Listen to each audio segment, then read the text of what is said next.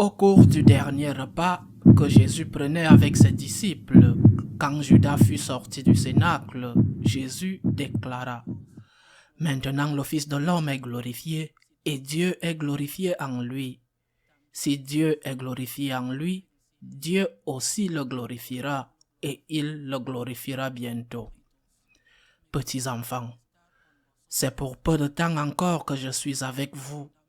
Je vous donne un commandement nouveau, c'est de vous aimer les uns les autres, comme je vous ai aimé. Vous aussi aimez-vous les uns les autres. À ceci tous reconnaîtront que vous êtes mes disciples, si vous avez de l'amour les uns pour les autres. » Acclamons la parole de Dieu. Le Seigneur nous donne, dit-il lui-même, un commandement qu'il appelle nouveau, son commandement. C'est donc quelque chose que nous devons respecter afin de s'identifier comme chrétiens. Il ne suffit pas de le faire naturellement, bien sûr. Nous devons aussi faire d'autres gestes en tant que chrétiens, confesser notre foi, venir à la messe, ne pas avoir honte de dire que nous sommes catholiques. Mais il est essentiel que par notre comportement nous témoignions de ce que nous croyons. D'autant plus important quand le plus difficile est l'environnement dans lequel nous évoluons. Nous devons être capables d'attirer l'attention, d'être un signe de contradiction, d'être une lumière qui brille dans l'obscurité. Et nous devons faire cela d'une manière spéciale avec notre comportement. Et là vient le problème. Comment devons-nous faire pour mettre en pratique le nouveau commandement de Jésus?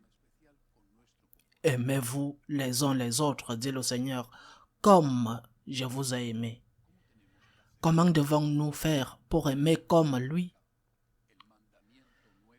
Ce n'est plus que notre nature pécheresse nous empêche à maintes reprises de mettre en pratique ce que nous voulons faire. C'est qu'ils ne nous ont pas appris. On ne nous a pas enseigné ce que nous devons faire. Si on ne nous a pas appris comment nous devons faire, comment nous devons nous comporter pour imiter le Christ, comment allons-nous le faire? Nous ne le savons pas. Pratiquement tous les catholiques ont pour schéma moral auquel ils essayent de se conformer et donc ils demandent pardon s'ils ne le font pas. Ils ont pour schéma les 10 commandements. Mais les 10 commandements sont juifs. Ils sont de Moïse. Ils sont merveilleux. C'est la partie de l'Ancien Testament que nous acceptons comme nôtre, mais ce sont des commandements juifs. Ils appartiennent à Moïse. Si Jésus se serait contenté de cela, il n'aurait pas dit « Aimez-vous les uns les autres comme je vous ai aimé, et en cela, ils connaîtront que vous êtes mes disciples. » Il aurait dit, comme il avait dit une fois aux jeunes riches et souverains, « Accomplis les commandements, c'est tout. Accomplis les commandements et en cela, les gens sauront que tu es mon disciple. » Il a déjà supposé, bien sûr, que ses compagnons juifs, de bons juifs qui étaient ses apôtres, Jésus supposait que ces juifs essayaient d'accomplir les commandements. Il ajoute quelque chose. Non, il ne limite pas le précédent, mais plutôt le complète. Ajoute son commandement. Aimez comme moi. Et c'est là que vient le problème. On ne nous a pas enseigné en quoi consiste l'imitation du Christ. Et si nous ne le savons pas, comment allons-nous le pratiquer? Si on sait, on va peut-être mal le pratiquer, en partie mal, mais au moins, on sait ce qu'il nous reste à faire. Il y a de nombreuses années, réalisant la gravité de la situation, j'ai élaboré de ma propre initiative et sans servir plus qu'une référence, 7 points de l'imitation du Christ. À mon tour, j'avais enquêté, j'avais étudié 7 points de l'imitation du Christ. Comment doit faire un catholique pour accomplir ce mandat, ce commandement du Christ? Que dois-je faire? En plus des 10 commandements, j'ai commencé à penser, voyons voir, qu'est-ce que Jésus a fait? Comment pourrais-je résumer le comportement de Jésus? Ses enseignements m'éclairent également. Comment pourrais-je le résumer de telle manière que la même chose que Moïse a dite, premier commandement, le deuxième commandement, le quatrième commandement, le cinquième, comment pourrais-je le résumer? Et ce n'est rien de plus qu'une approximation, bien sûr sans intention d'épuiser l'argument. D'autres plus sages, plus saints, diront peut-être le contraire. J'ai élaboré ces 7 points. Premièrement, qu'est-ce que Dieu fait, que Jésus a fait? Il a appelé tout le monde au salut. Il a aimé tout le monde. Les justes, les pécheurs, tout le monde. L'amour de Dieu est pour tout le monde. Cela brisait le contexte juif dans lequel il vivait. Tout le monde. Les premiers chrétiens le mettront en pratique immédiatement et Saint Paul le dit. Il n'y a plus parmi nous ni juifs, ni grecs, ni esclaves, ni libres. Tous. Donc, première imitation du Christ, ne l'oubliez pas. Aimez à tout le monde. Aimez tout le monde. Cela ne veut pas dire que cet amour à tous doit être pareil pour tout le monde, naturellement. Tu as des obligations primaires, mais jamais exclusives, excluantes. Par exemple, tu as l'obligation d'aimer tes enfants. Tu auras aussi l'obligation d'aimer les enfants du voisin.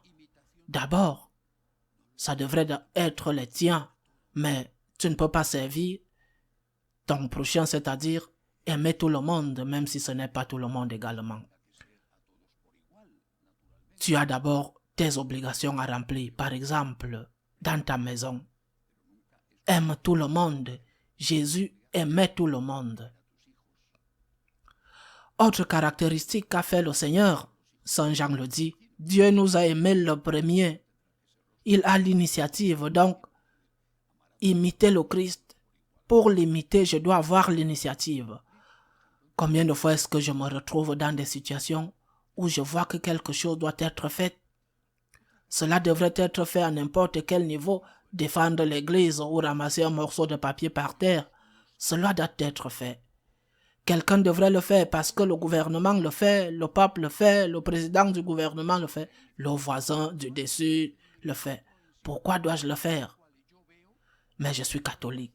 Je dois imiter le Christ. Si je vois que quelque chose doit être fait, je dois commencer à le faire. Au mieux de mes capacités, d'accord, mais je dois commencer à le faire. Pourquoi dois-je attendre que quelqu'un d'autre le fasse? Ce point, aimer en premier, est essentiel dans l'imitation du Seigneur. Tu vois qu'une chose doit être faite, n'attends pas que quelqu'un d'autre le fasse.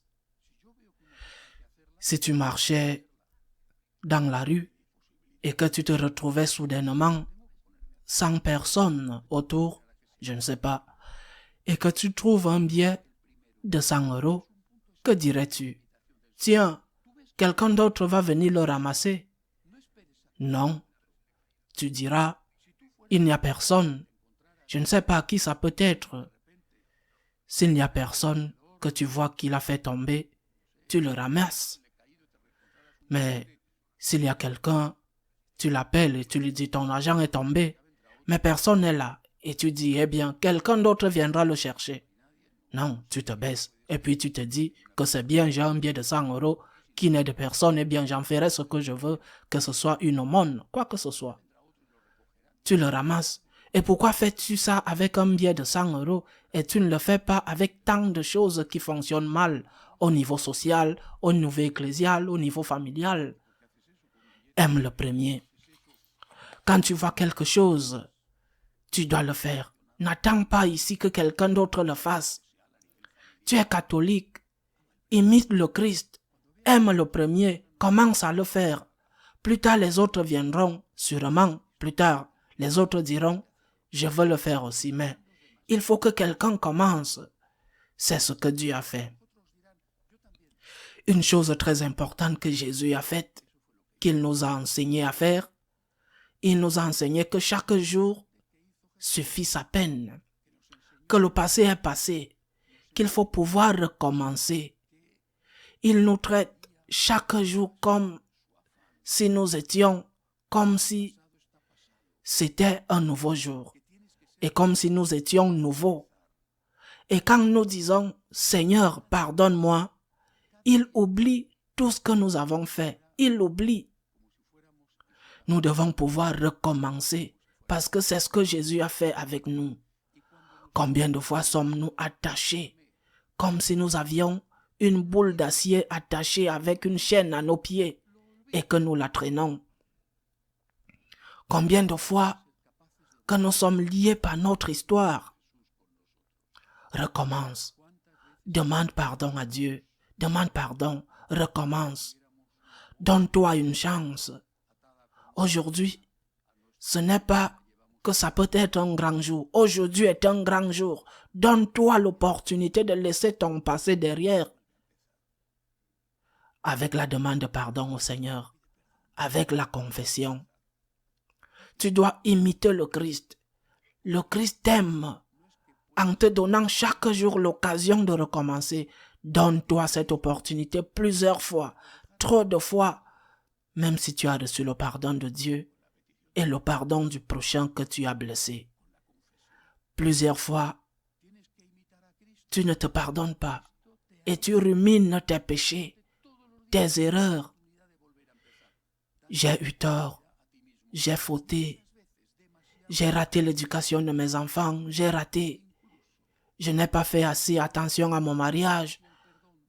J'ai pas réussi. Et c'est un poids qui t'empêche d'avancer. Demande pardon à Dieu. Recommence. Recommence parce que c'est ce que Dieu fait avec toi.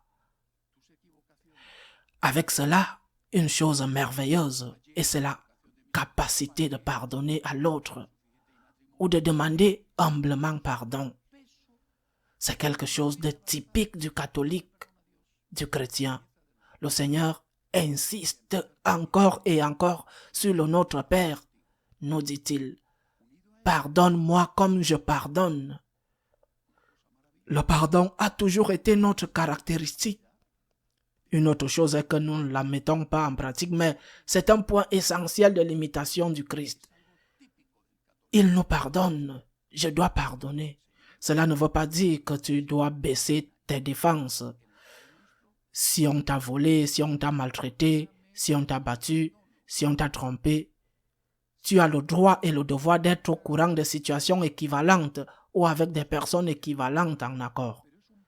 D'accord, tu devras peut-être, si on t'a volé, porter plainte et réclamer ce qui te revient de droit, bien sûr. Mais c'est une question légale, alors que le pardon est une affaire de cœur. Pardonne, même à celui à qui tu poursuis en justice. Tu dois lui pardonner car Dieu t'a pardonné. Le pardon est essentiel dans le témoignage chrétien, d'autant plus frappant qu'il est plus difficile. Et combien de chrétiens témoignent du pardon? Beaucoup, heureusement, d'autres malheureusement pas, mais il est bon de le savoir. Je dois imiter le Christ. Il y a un point de l'imitation du Christ qui est le pardon. Et naturellement aussi la demande de pardon. Cette demande de pardon, ne l'oubliez jamais, ce n'est pas une exigence de pardon, c'est une demande de pardon. Que ton prochain te pardonne n'est pas un droit. C'est un droit qu'il te rende justice, mais pas qu'il te pardonne. Tu n'as pas le droit d'être pardonné, tu as le droit d'être rendu justice. Par conséquent, c'est une faveur que tu dois demander. Si on ne tient pas compte de cela, des situations comme celle-là se présentent dans lesquelles tu dis « Mais si j'ai déjà demandé pardon, c'est tout. Regarde, j'ai déjà demandé pardon, ça va. Je suis chrétien, je dois te demander par amour du Seigneur. Mais c'est un cadeau que je te fais. C'est un cadeau. Le pardon est un cadeau. La demande de pardon doit se faire avec humilité. J'ai eu tort. Petite chose ou grave. Je me suis trompé. Pardonne-moi. Bien sûr, avant que je le dise à Dieu, au point précédent, recommence d'abord à Dieu avec la confession d'une manière spéciale. et avant la confession, dans ton cœur, avec un examen de conscience. Puis, à ton prochain, pardonne-moi, je te demande pardon, humblement. Je n'ai pas le droit, je t'en prie, c'est une faveur que je te demande. Et je serai très reconnaissant si tu me pardonnes. Et toi, de ton côté, pareil avec l'autre. Il te demande pardon, et même s'il ne te le demande pas du fond du cœur, tu pardonnes. L'autre recevra quand il demandera, tant qu'il a la porte fermée et ne reconnaît pas qu'il a fait une erreur et ne demande pas ton pardon, même si c'est implicitement, tu ne pourras pas le recevoir, mais il est déjà sorti de toi. Ce qui est le plus important. Un autre point de l'imitation du Christ, qu'est-ce que le Seigneur a fait? Il est entré dans notre peau. Dieu Tout-Puissant, deuxième personne de la Sainte Trinité, Dieu de Dieu, se fait plus petit que le petit ver.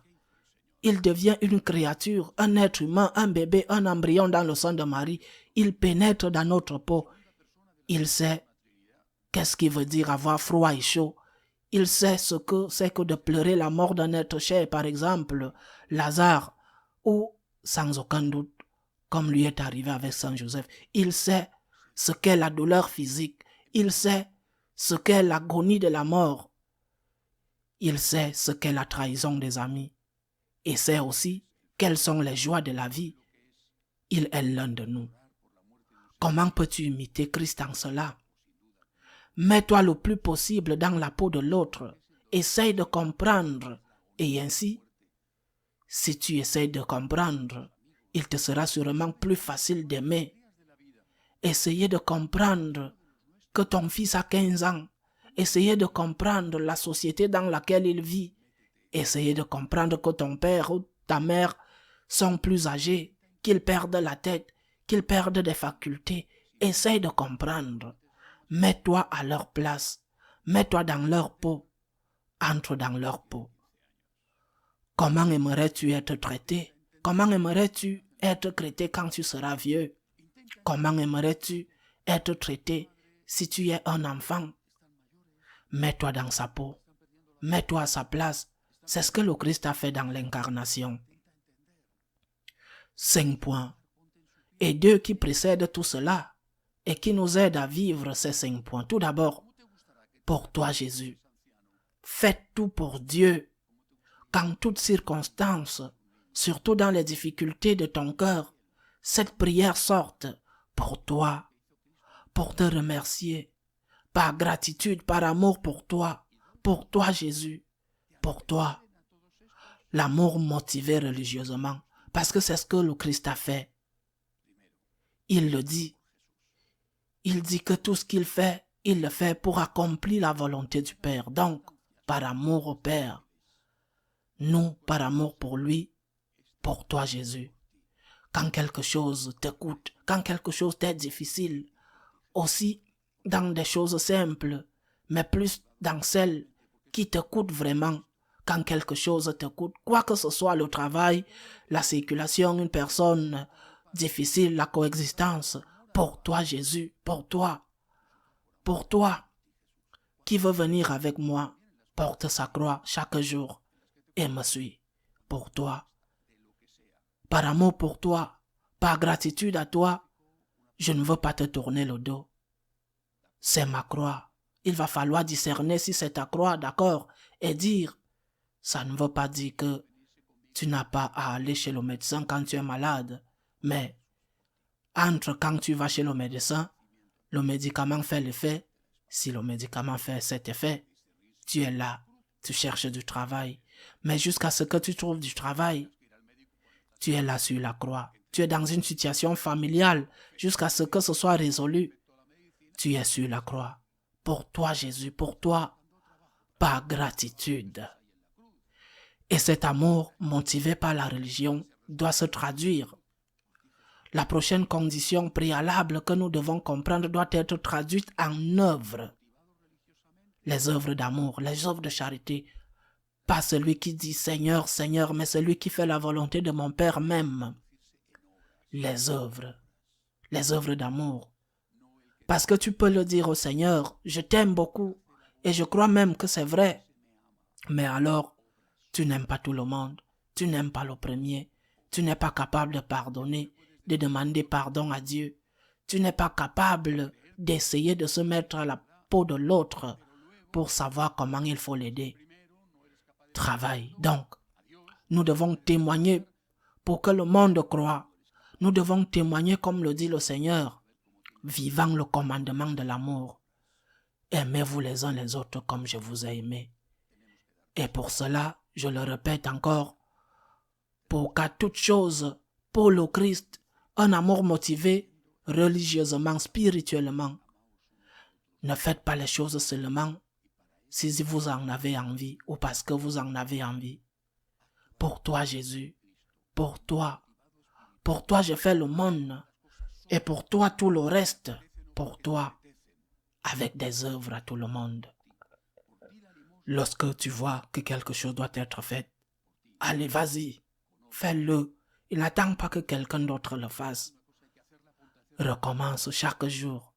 Et si tu dois demander pardon à Dieu, demande-le lui en confession. Pardonne et demande pardon aux autres.